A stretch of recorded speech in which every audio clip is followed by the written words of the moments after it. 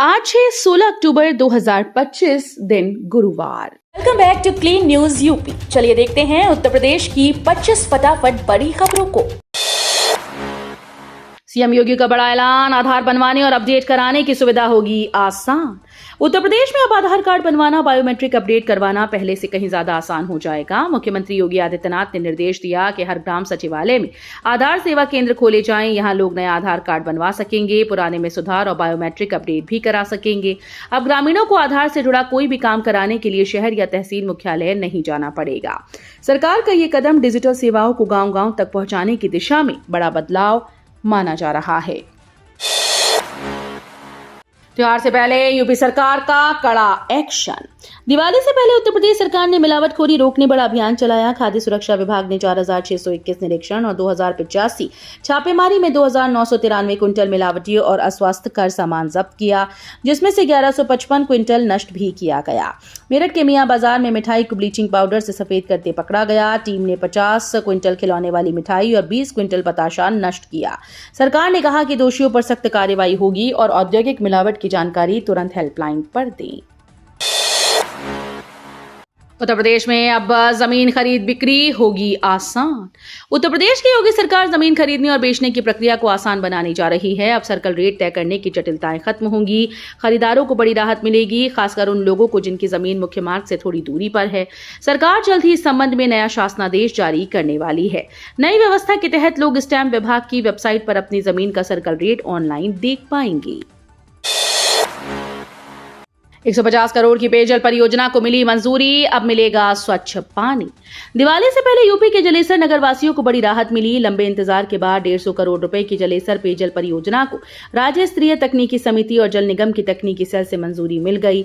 इस परियोजना के तहत जावड़ा गांव से जलेसर तक 32 किलोमीटर लंबी पाइपलाइन बिछाई जाएगी, जिससे हजारों परिवारों को स्वच्छ और मीठा पानी मिल पाएगा। खारे पानी की समस्या से जूझ रहे लोगों के लिए ये योजना किसी वरदान से कम नहीं। सड़क हादसों में मदद करने वालों को सरकार देगी 25,000 रुपए। उत्तर प्रदेश सरकार ने सड़क हादसों में घायल लोगों की जान बचाने वालों के लिए एक मानवीय पहल की शुरुआत की। राहवीर योजना के तहत अब जो भी व्यक्ति दुर्घटना पीड़ित को गोल्डन आवर यानी पहले 1 घंटे में अस्पताल पहुंचाएगा, उसे सरकार 25,000 रुपए का इनाम देगी। ये योजना सड़क परिवहन और राजमार्ग मंत्रालय के द्वारा अधिसूचित की गई और अब प्रदेश में लागू हो चुकी है। मुख्यमंत्री योगी आदित्यनाथ ने कहा कि इस पहल से लोगों में मदद का भाव बढ़ेगा और कई जिंदगियां बच सकेंगी। काम में लापरवाही पड़ी भारी, मुरादाबाद के 9 पुलिसकर्मी लाइन हाजिर, आदेश जारी। उत्तर प्रदेश के मुरादाबाद जिले में पुलिस विभाग में बड़ी कार्रवाई की गई। एसएसपी सतपाल आतिल ने 9 पुलिसकर्मियों को तत्काल प्रभाव से लाइन हाजिर करने का आदेश जारी किया। जानकारी के अनुसार कटघर थाने के 4 पुलिसकर्मियों की इनके खिलाफ शिकायत की थी। आरोप है कि ये पुलिसकर्मी ड्यूटी के दौरान लगातार लापरवाही बरत रहे थे। माना जा रहा है कि विभाग में अनुशासन बनाए रखने के लिए ये कदम उठाया गया। त्योहार पर घर जाने की चिंता खत्म, रेलवे ने बढ़ाई स्पेशल ट्रेन की सुविधा। दिवाली और छठ पर अब घर जाने के लिए टेंशन छोड़ दीजिए। रेलवे ने यात्रियों की सुविधा के लिए बड़ी संख्या में स्पेशल ट्रेन का संचालन किया। सबसे खास बात, इन ट्रेन में अभी भी काफी सीटें खाली हैं, यानी अगर आपने टिकट बुक नहीं किया तो मौका भी है। त्योहारों के इस मौसम में बिना भीड़भाड़ और परेशानी के अपने घर पहुंचें। तुरंत अपनी नजदीकी स्पेशल ट्रेन सर्च करें और रिजर्वेशन करा लें। किसान मेले में गूंजा जोरावर का नाम, महीने में 4 लाख कमाने वाला सांड बना स्टार। मेरठ के मोतीपुरम स्थित सरदार वल्लभ भाई पटेल कृषि विश्वविद्यालय में चल रहे किसान मेले की पशु प्रदर्शनी में इस बार सबकी नजरें सांड, जोरावर और भैंसे बलवान पर टिकी हुई हैं। 4 साल के जोरावर का वजन करीब 16 क्विंटल है और इसकी सीमन से हर महीने 4 लाख रुपए तक की कमाई होती है। हरियाणा के कुरुक्षेत्र से आए पशुपालक नसीब के इस सांड ने किसानों को हैरत में डाल दिया। वहीं भैंसा बलवान की ताकत और कद देखकर लोग फोटो खिंचवाने के लिए उमड़ पड़े। दिवाली पर गड़बड़ी की कोशिश की तो सीधा जेल, सीएम योगी की सख्त चेतावनी।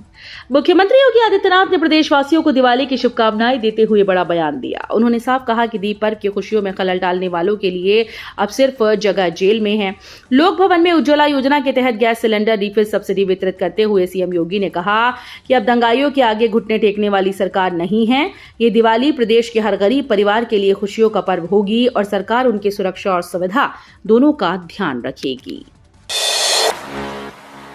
दीपों की नगरी अयोध्या में कला का महाकुंभ, देश भर से आएंगे हजारों कलाकार। अयोध्या दीपोत्सव इस बार और भी भव्य होने जा रहा है। दीपों की रोशनी के साथ यहां कला का शानदार संगम देखने को मिलेगा। इस उत्सव में देश भर से 2000 से अधिक कलाकार अपनी कला का प्रदर्शन करेंगे, जिसमें 500 कलाकार अन्य राज्यों से और करीब 300 अयोध्या के होंगे। आयोजन के लिए कुल 11 मंच तैयार किए जा रहे हैं, जिसमें एक विशाल मुख्य मंच, 3 मध्यम और 7 छोटे मंच होंगे। राज्यपाल आनंदीबेन पटेल ने लिव इन रिलेशनशिप और पॉक्सो एक्ट पर किया खुलकर संबोधन। अलीगढ़ के राजा महेंद्र प्रताप यूनिवर्सिटी में दूसरे दीक्षांत समारोह का आयोजन हुआ। समारोह में 47 मेधावियों को गोल्ड मेडल और एक कुलाधिपति पदक प्रदान किया गया। राज्यपाल और कुलाधिपति आनंदीबेन पटेल के उद्बोधन से सभागार तालियों की गूंज से भर गया। राज्यपाल ने इस मौके पर लिव इन रिलेशनशिप और पॉक्सो एक्ट जैसे संवेदनशील मुद्दों पर खुलकर बात की। वे राजकीय विमान से अलीगढ़ पहुंची और डीएम की अगुवाई में विश्वविद्यालय पहुंची। संभल के 80 मकानों पर बुलडोजर का खतरा टला, हाईकोर्ट ने लगाई रोक। संभल के मोहल्ला हातिम सराय में 80 मकानों पर बुलडोजर चलने का खतरा फिलहाल टल गया। हाईकोर्ट ने लोगों की याचिका पर सुनवाई करते हुए इस कार्यवाही पर रोक लगा दी है। कोर्ट ने तहसील प्रशासन को आदेश दिया कि 4 सप्ताह के भीतर वे अपने अपने दस्तावेज पेश करें। प्रशासन और मकान मालिकों के बीच अभी तक वार्ता नहीं हो सकी है, लेकिन कोर्ट की रोक ने फिलहाल निवासियों को बड़ी राहत दी। मिशन शक्ति अभियान के तहत 12वीं की छात्रा ने थाने में की शिकायतों का निस्तारण। गोरखपुर में मिशन शक्ति अभियान के तहत 12वीं की छात्रा अनुष्का यादव को एक दिन के लिए थाना प्रभारी बनाया गया। कुर्सी पर बैठते ही अनुष्का ने लोगों की शिकायतों का निस्तारण किया और थाने के कामकाज को समझा। उन्हें महिला हेल्प डेस्क और अन्य अनुभागों की जानकारी दी गई। पुलिस ने महिलाओं को उनके अधिकार और हेल्पलाइन नंबरों के बारे में बताया। इस अनुभव से अनुष्का ने पुलिस सेवा में जाने की इच्छा भी जाहिर की। लखनऊ रैली के बाद मायावती एक्शन में, प्रदेश पदाधिकारियों के साथ आज बैठक। बहुजन समाज पार्टी के राष्ट्रीय अध्यक्ष एवं पूर्व मुख्यमंत्री मायावती आज प्रदेश के पदाधिकारियों के साथ बैठक करेंगी। इस दौरान वे 9 अक्टूबर को पार्टी संस्थापक काशीराम के परिनिर्वाण दिवस पर आयोजित रैली को सफल बनाने वाले पदाधिकारियों का आभार व्यक्त करेंगी और उनका हौसला बढ़ाएंगी। बैठक में आगामी पंचायत चुनाव और 1.5 साल बाद होने वाले विधानसभा चुनाव की तैयारियों पर दिशा निर्देश दिए जाएंगी। कानपुर नगर निगम में नया फरमान। कानपुर के नए नगर आयुक्त अर्पित उपाध्याय ने बुधवार को पद संभालते ही कार्यालय में सख्ती के फरमान जारी किए। उन्होंने अधिकारियों और कर्मचारियों को आदेश दिया कि अब जींस टी शर्ट और चप्पल पहनकर कार्यालय नहीं आया जाएगा। साथ ही कार्यालय परिसर में पान मसाला खाने और धूम्रपान करने पर रोक लगाई। दीपावली से पहले उन्होंने शहर में सफाई व्यवस्था, बंद लाइट ठीक करने और पैच वर्क कराने के निर्देश दिए। नगर निगम में उनका ये कदम कार्यालय के अनुशासन और साफ सफाई सुनिश्चित करने की दिशा में पहला संकेत माना जा रहा है।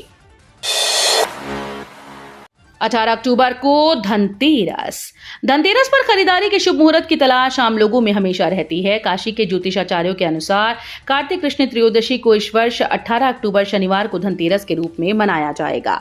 इस दिन नई वस्तुओं की खरीदारी करने के साथ ही घर में मां लक्ष्मी, गणेश और कुबेर का पूजन करना शुभ माना जाता है। ज्योतिषियों का कहना है कि इस दिन की खरीदारी और पूजन से पूरे वर्ष घर में धन धान्य की वृद्धि होती है, समृद्धि बनी रहती है। राम मंदिर निर्माण पूरा होने को शिखर पर ध्वजारोहण करेंगे पीएम मोदी।